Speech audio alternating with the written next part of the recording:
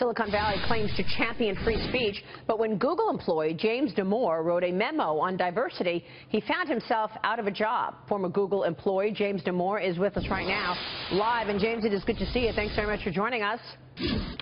Yeah, thanks. It's great to be here. There has been a lot of discussion about what went on after you wrote that memo. And, of course, when you first circulated the document about a month ago to diversity groups and individuals at Google, you said there was no outcry or charge of misogyny, but everything changed when it went viral. Tell us what happened, James. Yeah, when I sent it to the actual programs and individual Googlers, no one cared. It was largely ignored. But once it became viral, there was that select small percent of people that got extremely outraged, and they got extremely angry, started shaming me, and no one felt courageous enough to really stand up to them, and because they knew that if they stood up, they would be fired just like I was. Why did you write the memo, James? What were you trying to say? Give us in a nutshell what your point was. So largely, I was trying to help Google's culture, and also I went to these diversity programs, and they were explicitly asking for feedback, and I was trying to give that feedback to them. They were just ignoring it. So Google provided this statement to Fox Business, and they say this: an important part of our culture is lively debate. But like any workplace, that does not mean that anything goes. That basically you broke a code of conduct, and you say? They really have the most flexible policies where they can use their policies to say that any wrong thing, in their opinion, is against their policies. So we've seen it time and again where they use it just for political means. Well, tell me about that.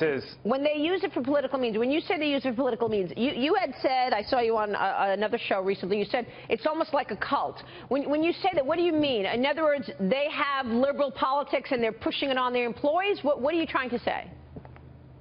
Yeah, there's a certain dogma, left-wing dogma that they have that they feel threatened if anyone shows a dissenting opinion. And in my case, they just fire them. Right. Well, I mean, there was a letter that Larry Page wrote, one of the founders of Google, that says this is the email that Larry Page should have written to James Damore. And one of the things that he says is, even if you are right that men and women are well suited to the job of software, even if you are right that more men than women are well suited to the job of software engineer at Google, you are wrong that taking steps to recruit more women is inherently unfair to men. Is that what you're saying, that they shouldn't be recruiting more women because women are just not well suited for the job?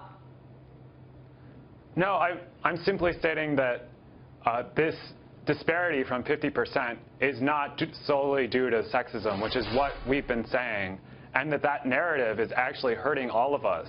It's putting many women as victims, and many women just don't want this special treatment. They want to be just a coder like everyone else. But could it be that maybe there are some women that are good at it and they don't know until they get the job? And how do we know that? Of course. And yeah. There are many people that are good at it that didn't really know it beforehand. I mean, for example, I'm very good at coding, and I never really worked as a coder before coming to Google. So it doesn't have to do with your gender. It's just self-confidence and just working hard for it. So what are the standards then at Google in terms of hiring engineers? The standards are very high, and in our interview process, we explicitly try to never find anyone that won't be great at the job, which causes a lot of very high qualified people to not get in. But they try to bend those rules for certain people, and that is causing a lot of tensions within the company. I see. And you're saying basically that's wrong in and of itself. Now, in your op-ed that you wrote, you say, how did Google, the company that hires the smartest people in the world, become so ideologically driven and intolerant of scientific debate and reasoned argument? And a moment ago, you said, look, they shame you if you don't agree with their left-wing thoughts. How do they shame you, James? by saying that you're a sexist and a bigot and a Nazi and we should just punch you and fire you. It happens at the large scale for me, but even in the small scale, if you make any comment that dissents against their narrative, then you're labeled as a sexist. You called it an intense echo chamber. Right. And they literally can't see any other reason to be against these policies besides being a sexist. Are you going to keep working in tech? Is this also a tech issue, or is this specifically Google? This is definitely a Silicon Valley issue. There may be certain smaller companies that haven't been taken up with this, but many of the large companies are very similar. What are you going to do now, James? I'm still trying to work that out, actually. I still like tech, but unfortunately, many of the jobs have likely blacklisted me. Right. Well, this was a big deal. You weren't expecting to get fired, right? No, definitely not. I mean, the document was to try to help Google, and they fired me for it, and that's why I feel betrayed. You feel betrayed, but you were trying to help them in terms of putting this idea out that's also bad by just hiring men because you think by hiring women because you want to give them the opportunity even though they're not good at it. Is that what you're saying?